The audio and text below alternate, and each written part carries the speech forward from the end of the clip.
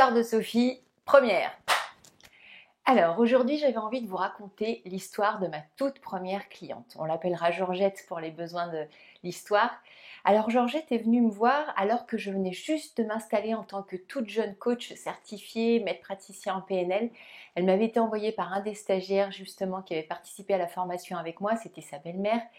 Et en fait, Georgette vient me voir en me disant pour sa première séance, donc Georgette qui a un peu plus de 70 ans me dit voilà, je viens vous voir parce qu'en fait je ne veux plus avoir d'émotions. Et là je me dis alors, quel protocole, plus d'émotions, je ne connais pas. Et donc un peu paniquée, je contacte une de mes formatrices de ma formation en PNL et là je lui demande mais comment est-ce qu'on fait pour ne plus avoir d'émotions? Est-ce que c'est un objectif qui est écologique? Comment est-ce qu'on fait ça? Et en fait, en questionnant un peu plus ma cliente, en découvrant son histoire, je m'aperçois qu'elle a eu plusieurs accidents vasculaires cérébraux et les médecins lui ont dit il ne vous faut plus d'émotions.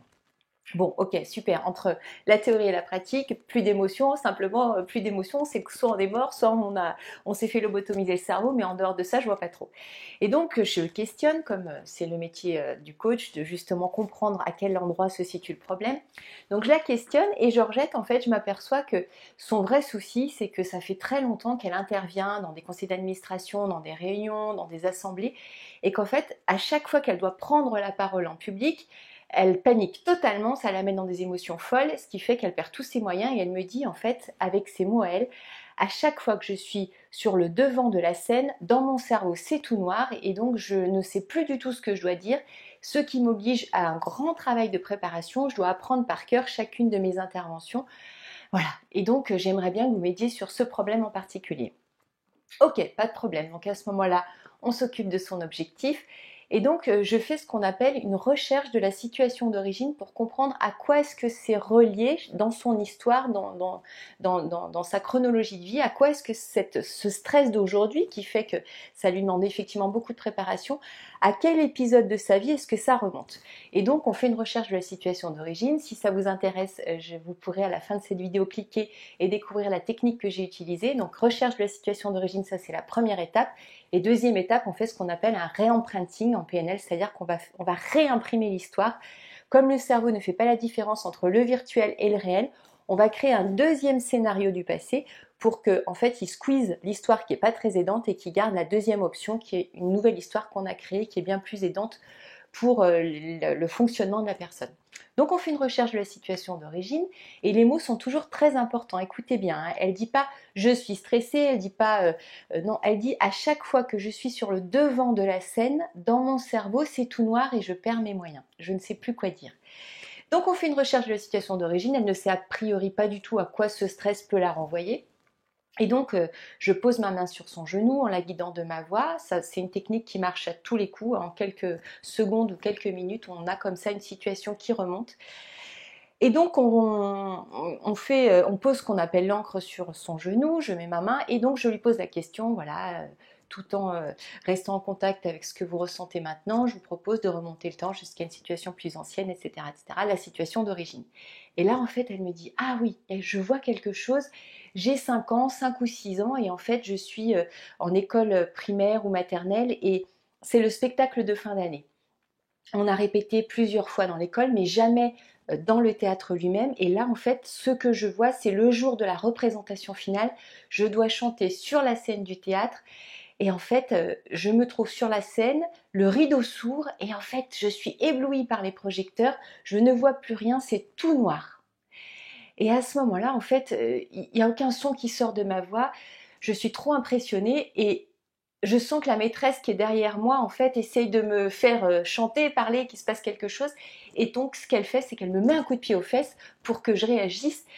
Et en fait, après, je ne sais plus ce qui s'est passé, est-ce que j'ai chanté, est-ce que j'ai parlé. En tout cas, voilà, je ne me rappelle plus de comment ça a continué.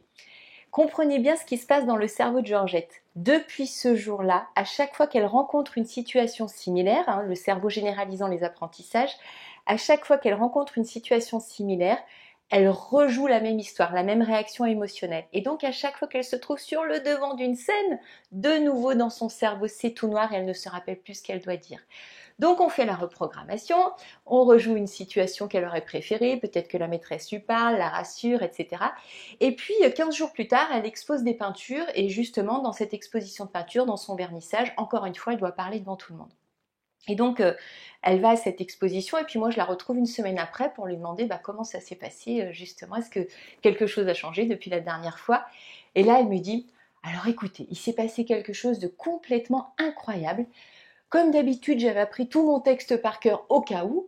Et en fait, ce qui s'est passé, c'est qu'au moment où j'ai dû présenter mes toiles, je me suis sentie totalement libre, libérée, j'ai parlé, j'ai fait de l'humour, à tel point que mon mari qui était derrière la caméra en train de me filmer a fait comme ça. Il avait la bouche grande ouverte, il était complètement estomaqué. Et en fait, ça y est, c'était terminé. Elle était libérée de son stress alors qu'elle l'avait quand même gardé pendant plus de 60 ans, pendant 65 ans et qu'elle ne se rappelait absolument pas, évidemment consciemment, de la situation d'origine. Le cerveau avait bien gardé le programme, avait bien gardé l'empreinte. Et donc, on a pu comme ça tirer le fil, dénouer la pelote et lui permettre de se libérer définitivement de ce stress-là. J'espère qu'elle fait plein de nouvelles expositions de peinture, hein. C'était il y a à peu près 10 ans cette histoire, mais voilà, je l'ai revue quelques fois ensuite, tout allait très bien dans sa vie et voilà, en tant que coach, l'idée c'est d'accompagner au plus vite le client vers l'autonomie, c'est ce qui s'est passé pour elle, donc voilà, c'est génial, j'ai trouvé que pour une première histoire, un premier accompagnement, ça avait été une histoire assez magique de pouvoir libérer comme ça en une séance un traumatisme, un stress en tout cas qui lui durait depuis plus de 60 ans, voilà. Si vous avez envie de découvrir la technique, cliquez sur le bouton et je vous promets un petit débriefing un peu plus technique, théorique, pour vous permettre peut-être vous aussi d'aller chercher vos situations d'origine et de les reprogrammer. Ciao, bonne journée!